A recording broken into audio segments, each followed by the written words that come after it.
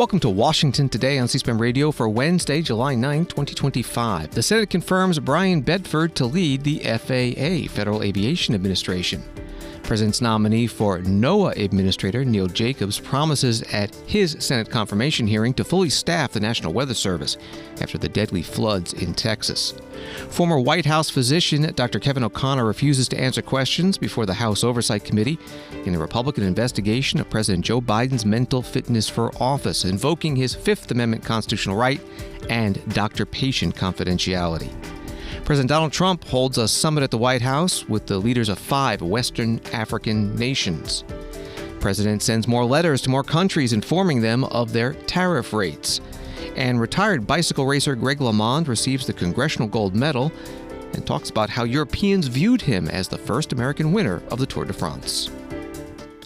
From USA Today, the Senate confirmed Bryan Bedford, a former airline executive, as the next head of the Federal Aviation Administration on Wednesday. The vote was largely along party lines, with just one Democrat, Jeanne Shaheen of New Hampshire, favoring his nomination.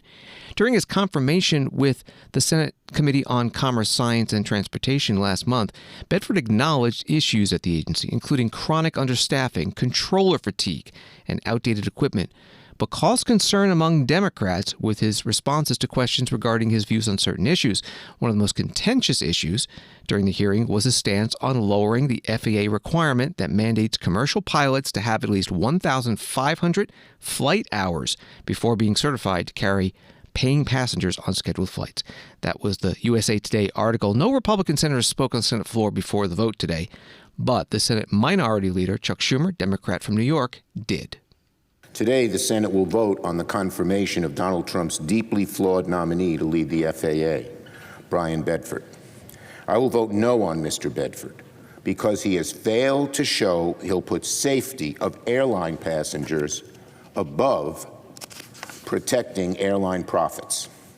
He's the wrong choice for anyone worried about aviation safety, particularly at a time like this.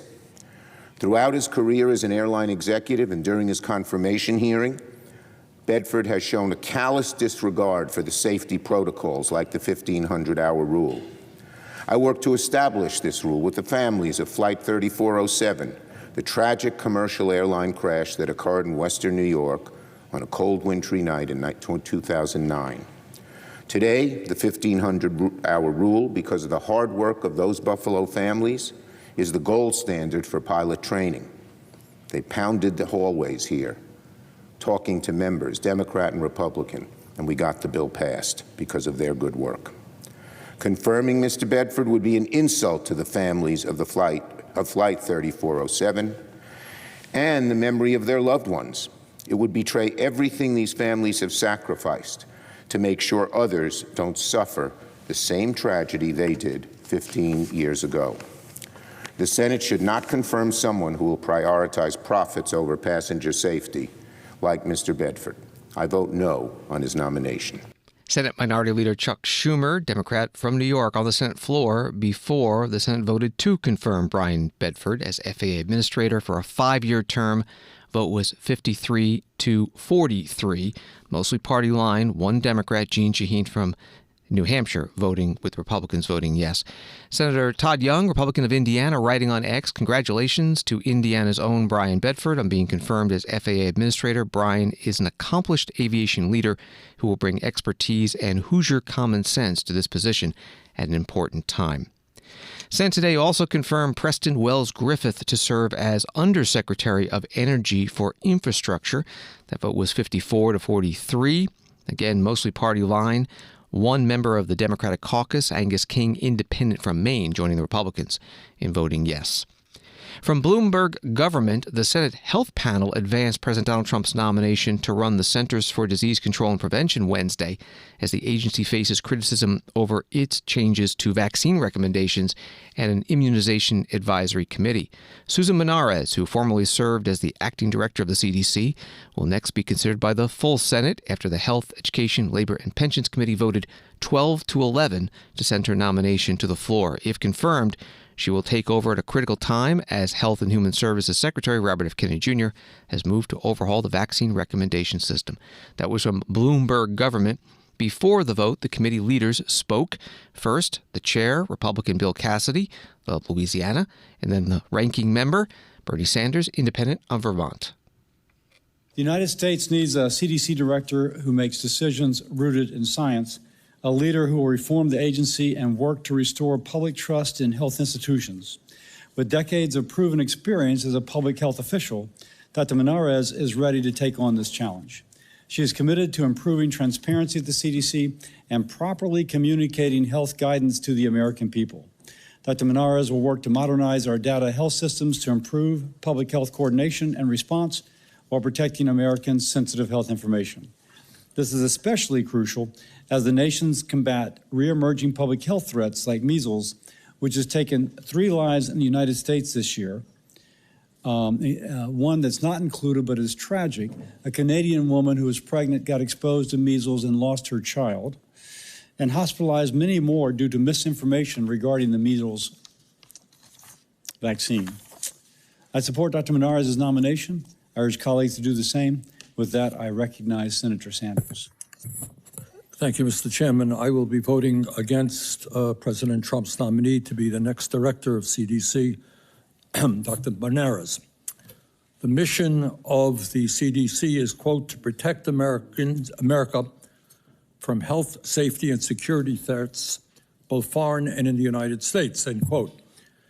As the CDC states on its website, quote, whether diseases start at home or abroad are chronic or acute, curable or preventable, human error or deliberate attack, CDC fights disease and supports communities and citizens to do the same, end quote.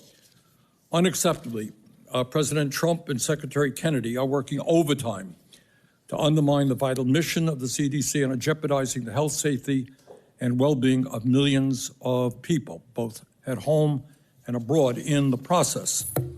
And unfortunately, Dr. Menarez, who has served as Trump's acting CDC director, has done nothing to stand in the way. Under her watch, the Trump administration has illegally delayed or canceled $11 billion in public health funding to fight infectious disease and to prepare for the next pandemic, purged important public health data from its website that scientists need to respond to disease outbreaks, and fired scientists who focused on worker safety, the health of mothers and children, birth defects and disabilities, smoking cessation, and HIV prevention. Further, Dr. Menarez stood by while Secretary Kennedy spread misinformation about vaccines. The chairman mentioned the serious problem that we have in vaccines. He is right, and that is exactly one of the reasons why we should reject this nominee. Today, the United States is reporting the highest number of measles cases in 33 years. In my view, we need a CDC director who will defend science, protect public health, and repudiate Secretary Kennedy's dangerous conspiracy theories about safe and effective vaccines that have saved, over the years, millions of lives. Unfortunately, after reviewing her record, I do not believe that Dr. Menarez is that person. I would encourage my colleagues to oppose this nomination. Thank you. Senator Bernie Sanders, independent from Vermont, ranking member on the Health, Education, Labor, and Pensions Committee. And you also heard from the chair, Republican Bill Cassidy of Louisiana. And the committee did vote to advance the Susan Menarez nomination for CDC director to the full Senate. It was party line 12-11. A roll call article notes that the committee vote was a first, as the position of CDC director didn't need a confirmation until the requirement was added in the 2023 omnibus, and Menarez was seen as a less controversial pick after the Trump administration pulled the nomination of former Congressman Dave Weldon, whose views on vaccines worried some senators. From Axios, former President Joe Biden's physician, Dr. Kevin O'Connor, refused to answer questions to the House Oversight Committee today, citing the Fifth Amendment and doctor-patient confidentiality. The committee is investigating Biden's decline while in office, and O'Connor had regular access to Biden during his presidency while publicly attesting to his fitness during the re-election campaign. That's reporting from Axios. The committee chair, Congressman James Comer, Republican of Kentucky, spoke to reporters outside the closed hearing. Chairman, can you tell us what happened? I can tell you exactly what happened. Dr. O'Connor pleaded the Fifth Amendment, and I'm going to read the first two questions that were asked. Were you ever told to lie about the president's health? He pleaded the Fifth Amendment. He would not answer that question. The second question, did you ever believe President Biden was unfit to execute his duties? Again, President Biden's White House physician pleaded the Fifth Amendment. This is unprecedented, and I think that this adds more fuel to the fire that there was a cover-up. I believe that this adds legitimacy to the Tapper book and the other books that are in the works that are about to come out that shows there was a lot of suspicious activity taking place in the White House with respect to the president's health. This is something I think every American is concerned about. I think every American wants to know the truth. We're going to continue. This investigation will move forward. We have several other witnesses that are going to come in for depositions and transcribed interviews. We will do everything in our ability to be transparent with the media, be transparent with the American people. This is very serious. And this was an opportunity for Dr. O'Connor to defend his reputation, to defend his work, and he chose to take the Fifth. And I think that, that's something that every American is going to be concerned about. Is some of that because of the doctor-patient confidentiality? I mean, there are questions about, HIPAA and Hippocratic oath. The first two questions pertained, again, were you ever told to lie about the president's health? And he pled the Fifth. But when had nothing to do with. But you know that when you have these depositions, people don't toggle back and forth. Either they invoke the Fifth or they don't. Mm-hmm. So could that have been just giving himself a shield overall because they don't go back and forth? Most people invoke the Fifth when they have criminal liability, and that's what it would appear on the surface here. So we're not going to, we're going to continue to move forward. Obviously, I think his actions today speak loud and clear. Again, this was an opportunity to come clean. And, you can say, the president was in great health. This is just a conspiracy theory. He was fine. I don't know why they used the auto pen 75% of the time when he was in the White House. I mean, this is what it's all about. It's about the auto pen. This is, there is serious concern, and the evidence mounts by the minute that Joe Biden had no idea what his name was being signed to. And we're talking about executive orders, and we are talking about pardons. So, what Dr. O'Connor did today only added fuel to the fire, that there was a cover-up and that, Joe Biden wasn't mentally fit to serve as President of the United States. We're going to keep bringing people in.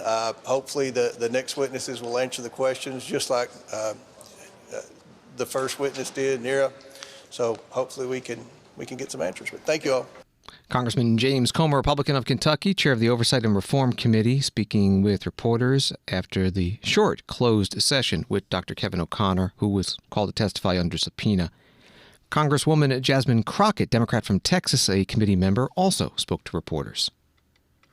As someone who has served as a criminal defense attorney and actually been in courtrooms, it's kind of astounding to hear someone say, if you invoke the Fifth Amendment, that is only because you are guilty.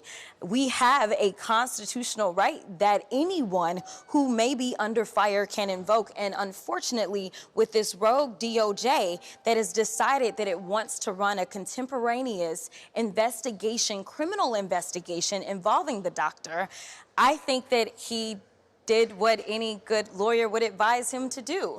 And it seems like he had two good lawyers in the room today. Number one, make sure that he doesn't lose his medical license, because whether you're the president or otherwise, you have the right to confidentiality when it comes to your health care. Number one. Number two, as it relates to this rogue DOJ that goes out and charges even members of Congress randomly that are trying to honor their duty, I can tell you there at least was one person in the room that understands what an oath is, and that was the doctor. In addition to that, I don't understand why we keep looking backwards. The reality is that the country wasn't off the rails when Joe Biden was sitting in the White House. The country is off the rails right now. People have concerns about the current occupant in the White House and whether or not he is mentally fit to serve in this moment, in a moment in which he has started random tariff wars, in a moment in which he decided to say that we were being invaded by Venezuelans, in a moment in which he has decided, as we are talking about health care, to get rid of the health care of approximately 17 million people. If there's anyone that I am concerned about their mental acuity, it is the current occupant, because unfortunately, we are going to be under his control for the next 3 years and some change. And right now, the American people are being harmed as a direct result of the decisions that he is making in this moment. I understand your concerns about the Fifth Amendment and the legal right of the physician to do so, but did you have concerns about the president's health and his mental acuity? No. None. No, I had none. Now, granted, I didn't see Joe Biden every single day, but I did have an opportunity to interact with the president. I never had a concern. Now, Joe Biden is what, 80-something years old? I mean, the 80-some-year-old version of Joe Biden versus the 20-something-year-old version of Joe Biden is a little different. And I'd imagine that I would be the same. But as it relates to his ability to understand where he is and what he's doing, he may get fumbled up by words, but that's not anything new, and it's not anything that came with age. We know that this is someone that was born with a stutter that ultimately had to get over it, and some of the tools that he had been trained to use to get over that stutter, well, it is my assumption that after some years, those tools may not have worked as well. We do know there is not a magic pill that you can take for something like a stutter. So yeah, he would maybe clobber over some words or something like that. But if you talk to him about foreign policy, one of the most vivid memories that I have was after that debate that did not go well. We saw him have this complete command of foreign policy, something that this president doesn't. This president seemingly doesn't even know who our allies are. He seemingly is cozying up with our enemies. And ultimately, these are things that should concern the American people, because these are things that are dangerous. Congresswoman Jasmine Crockett, Democrat of Texas, member of the Oversight and Reform Committee, speaking to reporters in the hallway of the House Office Building after the closed session with former President Joe Biden's White House physician, Dr. Kevin O'Connor. The top Democrat on the Oversight Committee, Robert Garcia of California, put out a statement. The only person's health that Republicans care about is Joe Biden's, even as 17 million Americans lose access to affordable health care thanks to their big budget betrayal. Oversight Republicans could be working to lower costs for American families and conducting oversight of President Trump's corruption, but instead are obsessed with the past. Democrats will continue to look forward and build a more effective and efficient government for the American people. That statement from Congressman Robert Garcia. Fox News reported Tuesday night that former CIA Director John Brennan and former FBI Director James Comey are under criminal investigation for potential wrongdoing related to the Trump-Russia probe, including allegedly making false statements to Congress, Justice Department sources told Fox News Digital. Today, President Donald Trump was asked about it. The question's coming from Fox News reporter Peter Ducey. Peter? Thank you, President Trump. James Comey and John Brennan now under criminal investigation related to the Trump-Russia probe. Do you want to see these two guys behind bars? Well, I know nothing about it other than what I read today, but I will tell you, I think they're very dishonest people. I think they're crooked as hell, and maybe they have to pay a price for that. I believe they are truly bad people and dishonest people. So whatever happens, happens. President Trump at the White House, New York Post writing about this. Brennan, CIA director under President Barack Obama, is believed to be under investigation for lying to Congress about the Steele dossier, which contained salacious allegations tying Trump to Russia. The subject of the James Comey probe is unclear, though he was interviewed in May by the Secret Service after posting an image interpreted as a threat against Trump. Trump fired Comey as FBI director in May 2017 after his frustration with the investigation into claims that his 2016 campaign colluded with the Kremlin, though the termination was ostensibly for airing derogatory information about Hillary Clinton ahead of the election. That was from the New York Post. And this is Washington Today. CNBC writes that President Donald Trump on Wednesday sent letters dictating new U.S. tariff rates on at least 7 more countries' imports, leaning into his aggressive approach to resetting America's global trade relationships. The latest letters, revealed by Trump via Truth Social screenshots, were sent to the leaders of the Philippines, Brunei, Moldova, Algeria, Iraq, Libya, and Sri Lanka. The tariff rates for the 21 countries targeted so far range from 20% to 40%. The letters note that the U.S. will perhaps consider adjusting the new tariff levels depending on our relationship with your country. That was from CNBC. Back to the White House. President Trump asked about this as well. Sir, can you explain how you calculated your latest round of tariffs? Was there a formula that was used? And do you expect any of these countries to face tariffs as well?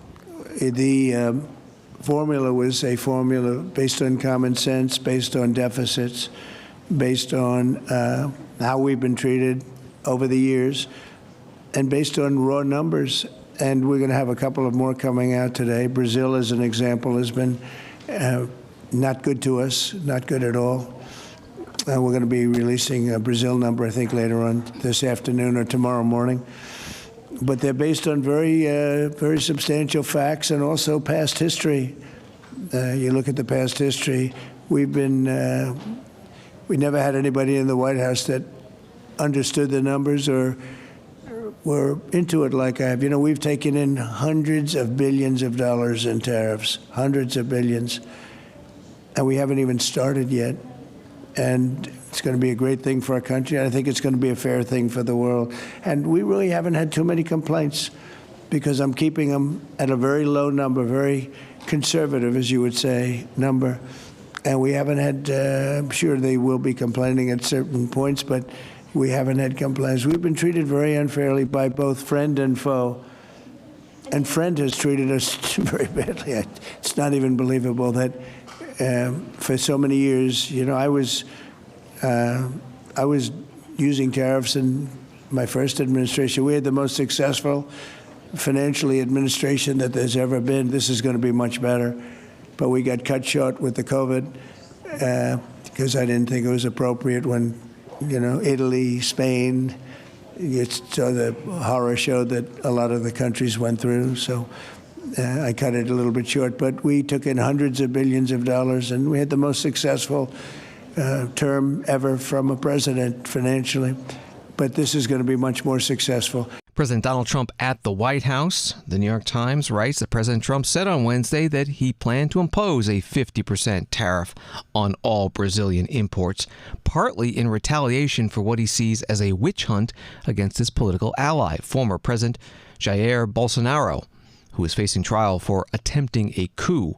In a letter to President Luiz Inácio Lula da Silva of Brazil, Mr. Trump wrote that the new tariff would take effect on August 1st. The letter reads in part, "The way that Brazil has treated former President Bolsonaro, a highly respected leader throughout the world during his term, including by the United States, is an international disgrace."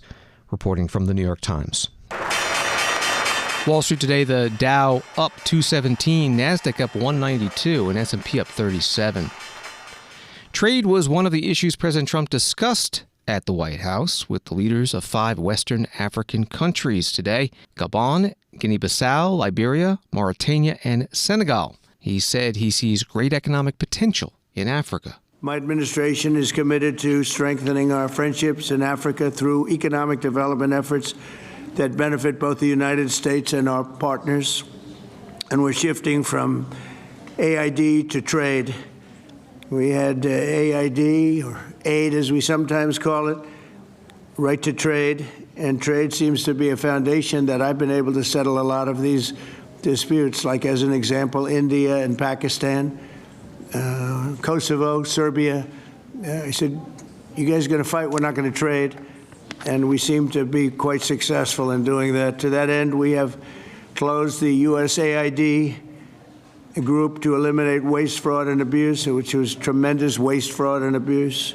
And we're working tirelessly to forge new economic opportunities involving both the United States and many African nations. There's great economic potential in Africa, like few other places in many ways. In the long run, this will be far more effective and sustainable. and beneficial than anything else that we could be doing together.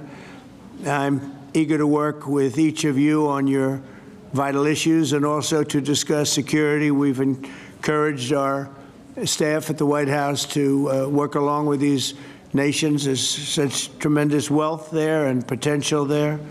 We encourage the countries here today to make greater investments in defense, hopefully, of course, buying our equipment, because we do make the best defense equipment. I guess we proved that about 2 weeks ago in Iran, but we make the best equipment, best military equipment anywhere in the world by far. There's nobody close.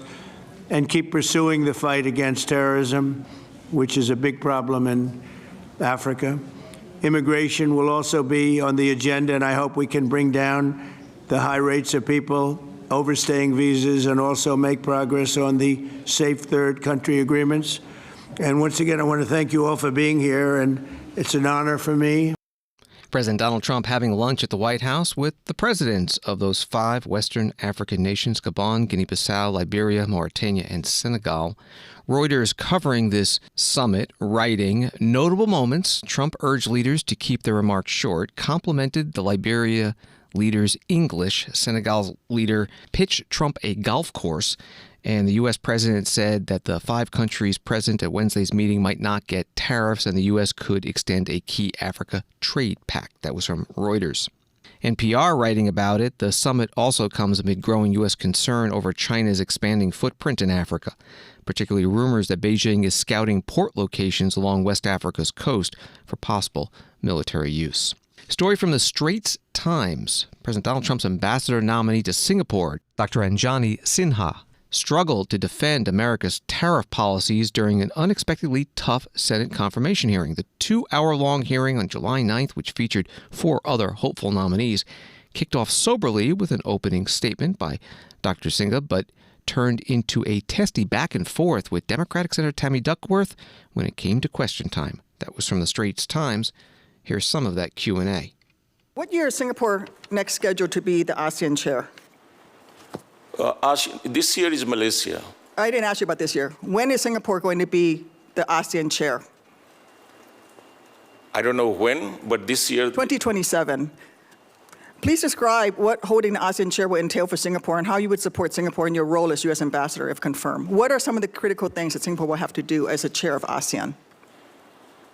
I mean, I agree with you that you had made a statement that all the ASEAN members should be treated like almost like... No, answer my question.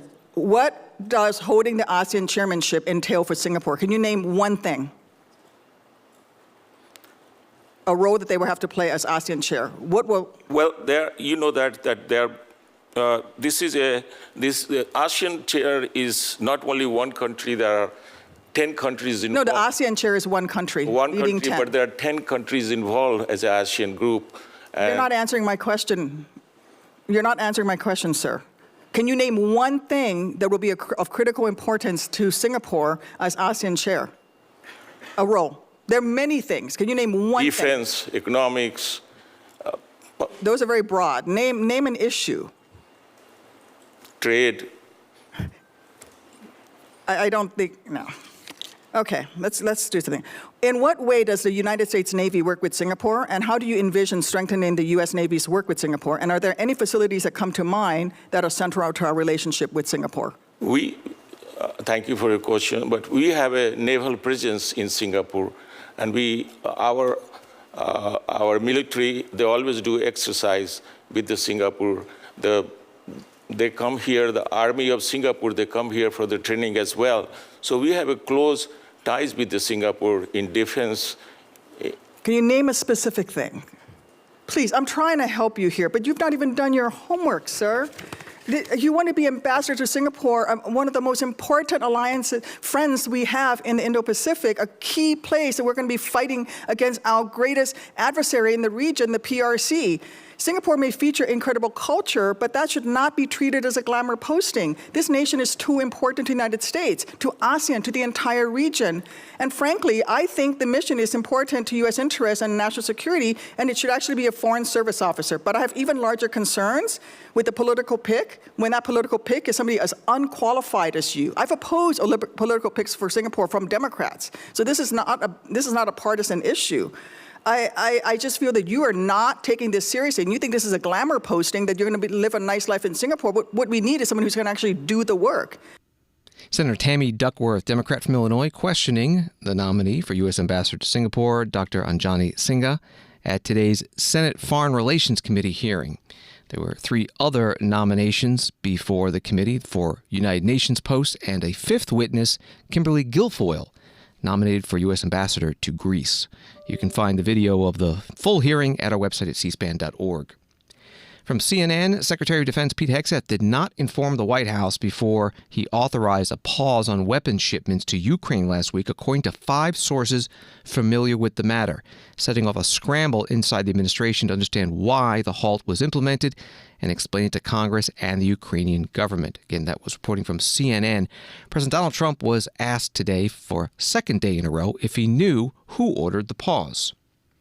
Sir, yesterday you said that you were not sure who ordered the munitions halted to Ukraine. Have you since been able to figure that out? Well, I haven't thought about it because we're looking at Ukraine right now and munitions, but I have not gone into it. What does it say that such a big decision could be made inside your government without you knowing? I would know. If a decision was made, I will know. I'll be the first to know. In fact, most likely I'd give the order, but I haven't done that yet. Yeah, please. President Trump taking questions at the White House. He said Tuesday that he was very strongly considering supporting a bipartisan Senate bill to impose sanctions on Russia. Today, the Senate Majority Leader John Thune, Republican of South Dakota, at a news conference on Capitol Hill, says it's his hope the Senate would bring it up and pass it before the August recess. Can you tell us if you have a plan to bring this Graham sanctions bill to the floor before the August recess? I hope that we can get it on the floor before the August recess. We are working with the administration, with the House, to try and get it in a form where it's ready. Obviously, there is a tremendous amount, as you know, of bipartisan support here in the Senate. I think that's shared in the House of Representatives, at least I hope that it is. And in the White House, obviously, is very engaged in trying to get it in a form that we can transact it and move it across the floor of the Senate. So whether that happens in the next couple of weeks is a bit of an open question, but I'm hopeful that it can. How important is timeline cooperation with the White House on this sanctions bill? Are you talking to President Trump about when you might want to put this thing forward? We are communicating with the White House. Our team's been in touch with theirs on a regular basis. We've got individual senators, members who are talking to the White House and to our colleagues in the House, and we're sort of gaming out how that might ultimately be accomplished. But I think it's an important message to send, especially now. And I think it's leverage that we need, and that frankly the White House needs in their negotiations with the Russians. So, in my view, the sooner we can execute on that, the better. But I also understand that in order for this to work, it's got to be something that the White House, the House, our colleagues are all bought into, and it's got to get in a form that it's ready to move to the floor. Senate Majority Leader John Thune, Republican from South Dakota, speaking to reporters today. Associated Press writes that Russia fired more than 700 attack and decoy drones at Ukraine overnight, topping previous nightly barrages for the 3rd time in 2 weeks, part of Moscow's intensifying aerial and ground assault in the 3-year war, Ukrainian officials said Wednesday. And Israeli Prime Minister Benjamin Netanyahu is continuing his visit to Washington. He met today with Defense Secretary Pete Hegseth at the Pentagon and with Senate leaders, Republicans and Democrats. That meeting had been scheduled for Tuesday, postponed until today. Washington today continues in a moment.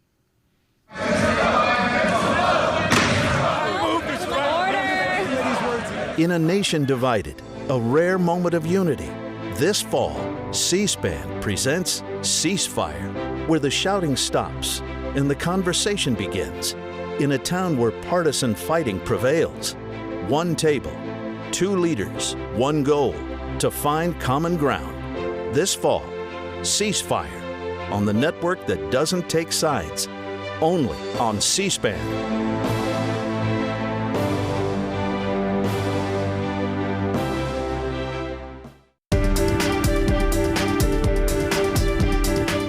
Welcome back to Washington Today, available as a podcast on the free C-SPAN Now mobile app and wherever you get your podcasts.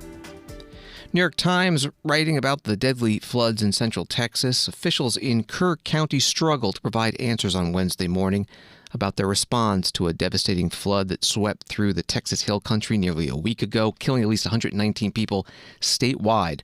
The bulk of those deaths were in Kerr County, where the death toll reached 95 on Wednesday, and officials said 161 people were still missing. Major increase from the numbers they were citing earlier in the week. Statewide, 173 people were unaccounted for, Governor Greg Abbott of Texas said, as searchers continued to sift through the muddy remains of cabins, campers, and trailer parks. Facing questions about a lack of warning sirens and other disaster plans, officials in Kerr County gave an extensive account of their rescue efforts as the Guadalupe River rose early on July 4th, saying hundreds of people had been saved by local emergency crews. That was an article from the New York Times. Here's one of the reporters' questions at today's news conference in Kerrville, Texas, to Larry Latha, Kerr County, Texas Sheriff. Ernie's going to go with KSAT 12 in San Antonio. Question for the sheriff. The code red alert system has come under a lot of scrutiny in recent days, and now there's reports of a timeline on Friday morning where an Ingram volunteer fire department commander asked a Kerr County Sheriff dispatcher for the code red to be issued. The dispatcher says, I can't, I have to get a supervisor's approval for that. Almost 6 hours passes until 10 o'clock, when 10:04, when the code red is issued. How do you account for that lapse of time? What happened and what could have happened in that time? Okay. As I've said earlier, with every significant event, we're going, with every emergency, we're going to have to, there's going to be an after action. Please, y'all, listen to those words, after action, okay? Those questions are going to be answered. I believe those questions need to be answered to the family of the missed loved ones, to the public, to the people that put me in this office. Those need to be, and I want that answer, and we're going to get that answer. And I know that's going to be asked over and over. Please understand that. We're not running. We're not going to hide from everything. That's going to be checked into at a later time. I wish I could tell you that time. I don't know that time. Let me share something with y'all. One of the main things I've been doing is going and visiting the family. We still have some of those missed loved ones here. I go visit them twice a day. As a sheriff, what I want is I want closure for those people. Okay, and those are important questions. We will answer those questions. I wish y'all would bear with me in that. Okay, bear with me. We'll get them. I can't tell you in a week or two. Okay, we're going to get them. I'm not trying to deflect them. Okay, my primary. I asked you. I've been in this business 36 years. I don't know if any of y'all, how many of y'all have gave notifications, death notifications. I've done them. What is worse, a death notification or telling somebody I don't know where your loved one was? That's my priority. Okay, now please understand that. Larry Latha, the Kerr County, Texas Sheriff, at today's news conference, the Daily Update in Kerrville, Texas. Story from the Washington Post. Virginia First Lady Suzanne Youngkin and other members of Governor Glenn Youngkin's family were stranded at property they own on the Guadalupe River in Texas on Friday, but they were unharmed by the devastating flash floods that have killed more than 100 people. The governor was in Virginia at the time. Youngkin said Tuesday when a reporter asked about the situation, by the grace of God, my family was safe. I have to say there was moments when they weren't. They ended up being safe during the day. That was from the Washington Post. Story from Politico. President Donald Trump's nominee to head NOAA pledged Wednesday to fully staff the National Weather Service after catastrophic Texas floods triggered a new wave of criticism over the president's deep cuts across government. Administration critics have wondered whether efforts to reduce the federal workforce and eliminate programs affected the government's ability to warn residents. Reporting from Politico. That nominee is Neil Jacobs, and he was before the Senate Commerce, Science, and Transportation Committee today. The chair is Ted Cruz, Republican of Texas. You and I discussed at length yesterday the flooding that occurred in Texas and the tragedy that unfolded.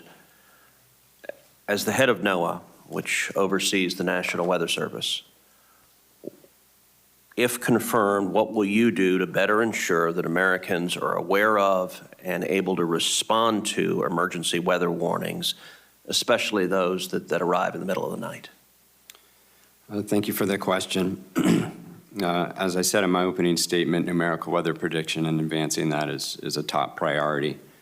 And the Weather Service did a great job but there's a lot of things I would love to improve, obviously, weather forecasting being one of them. I'd also love to advance and modernize NOAA weather radio. NOAA weather radio saved my life in 1996. There's a lot of other things we can do as far as communications, because as you said, even if the forecast is perfect, getting the warnings to the people, particularly at late hours of the night, is a challenge. I think we can do more advancements, moving away from copper wire, moving towards telecom, potentially satellite, to send out these messages. We also need more data in doing post-storm assessments. One of the things that I've envisioned, because I've worked on several aviation accidents with NTSB, is something along the lines of what they do, but for weather disasters. Because we need the data to understand what went right, what went wrong, whether people got the warnings, if they did or didn't, and if they did they not understand them? You mentioned that NOAA weather radio had saved your life. Would you elaborate on that and tell us what happened? I was at a campsite in Florida with some friends, and it issued a tornado alert, and it was about 10 p.m., and this was back before I had a cell phone or smartphone, and I took out a gazetter, and I looked at the towns that it mentioned along the way, and I extrapolated the direction, which was right over where I knew we were. And so I drove around the campsite and held my horn down and told as many people as I could to leave, and everyone left. We went further down the coast to a hospital and went into the emergency room because it was the closest brick building. When we went back to the campsite, it was nothing but bare dirt. Wow. Senator Ted Cruz, Republican of Texas, chair of the Commerce, Science, and Transportation Committee, questioning Neil Jacobs, nominated for Administrator of NOAA, National Oceanic and Atmospheric Administration. Questions about staffing at the National Weather Service also coming up when Senator Maria Cantwell, Democrat of Washington State, the committee's ranking member, had her turn at Q&A. We've had a lot of natural disasters in the state of Washington. We had the Oso mudslide, which was also killed 40 people.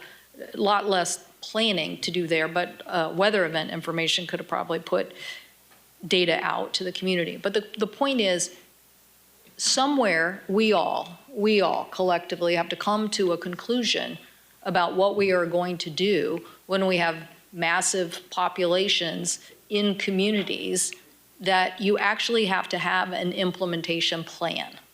So whose responsibility is that implementation plan?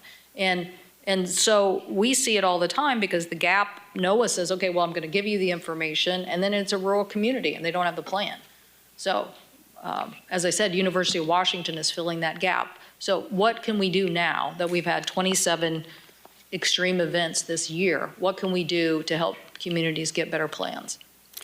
Well, going back to your weather service question, if confirmed, I will ensure that staffing the weather service offices is its top priority. It's really important for the people to be there because they have relationships with the people in the local community. They're a trusted source. I didn't mean to imply that this was going to be regionalized or anything. As I mentioned, well, some people have suggested that the private sector, you could just do it in one location. And I'm just trying to get to this point that this regional data and integration with the emergency responders is critical. Consolidating the data, not consolidating the people. Okay, I would love for the people to be more embedded in the community. Thank you. Thank you for that answer. Senator Maria Cantwell, Democrat of Washington State, ranking member on the Commerce, Science, and Transportation Committee, questioning NOAA Administrator nominee Neil Jacobs. More from the Politico article about today's hearing. Democrats in particular pressed Jacobs about the administration's actions at NOAA, including the cutting of more than 2,000 staff positions and a budget proposal that calls for slashing $2.2 billion in discretionary spending. Many of the nation's 122 forecast offices that provide critical weather watches and warnings are understaffed after the president's Department of Government Efficiency initiated a series of mass firings and compelled resignations and retirements. That was from the Politico article. More from the hearing. Questions from Senator Ed Markey, Democrat of Massachusetts. Dr. Jacobs, the Trump administration wants to cut NOAA's budget by 27%. No climate, weather, Sea Grant, Ocean Labs, many other programs exempted. Dr. Jacobs, yes or no, do you support these cuts?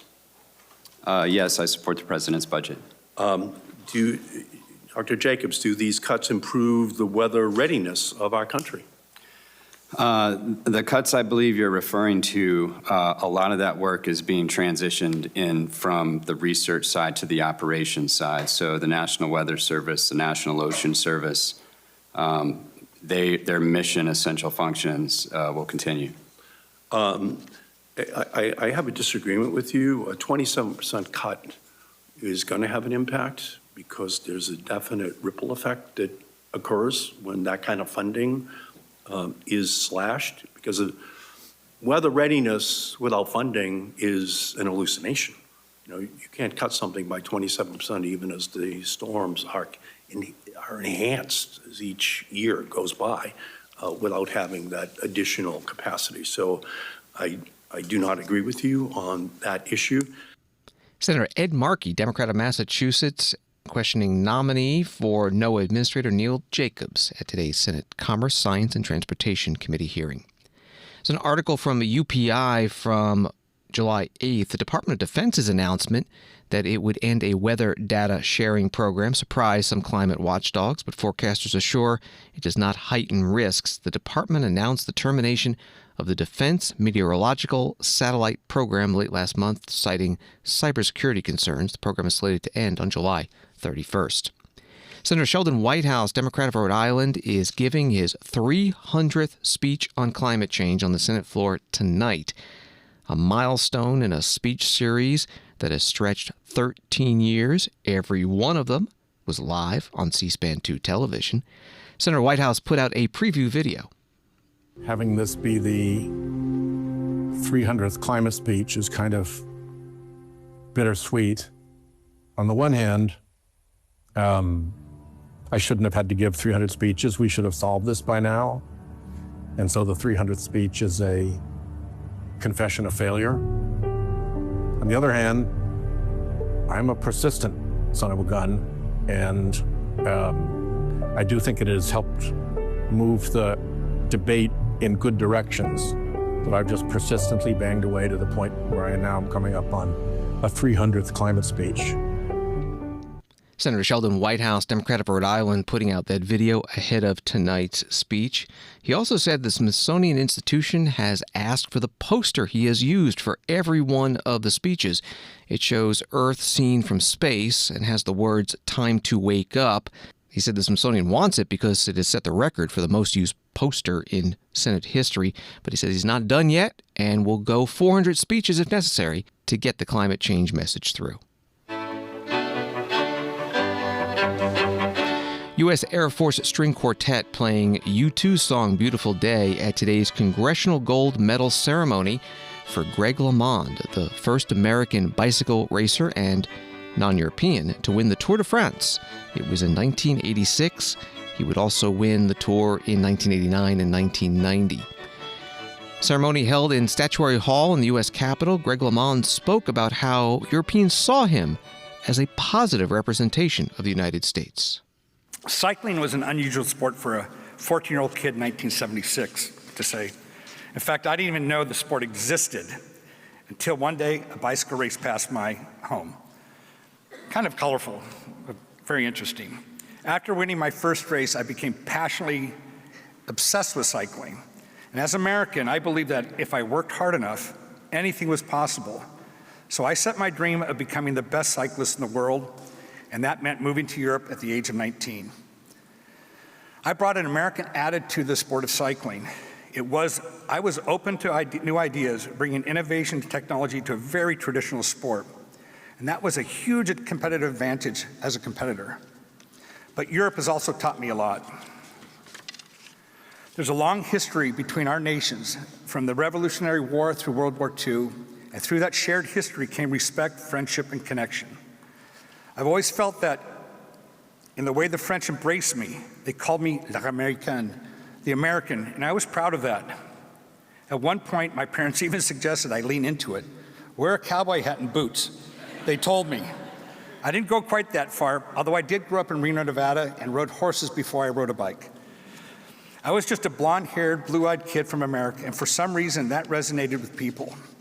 I think many Europeans saw in me a reminder of what the U.S. has meant to Europe at critical times as an ally, a liberator, and a friend.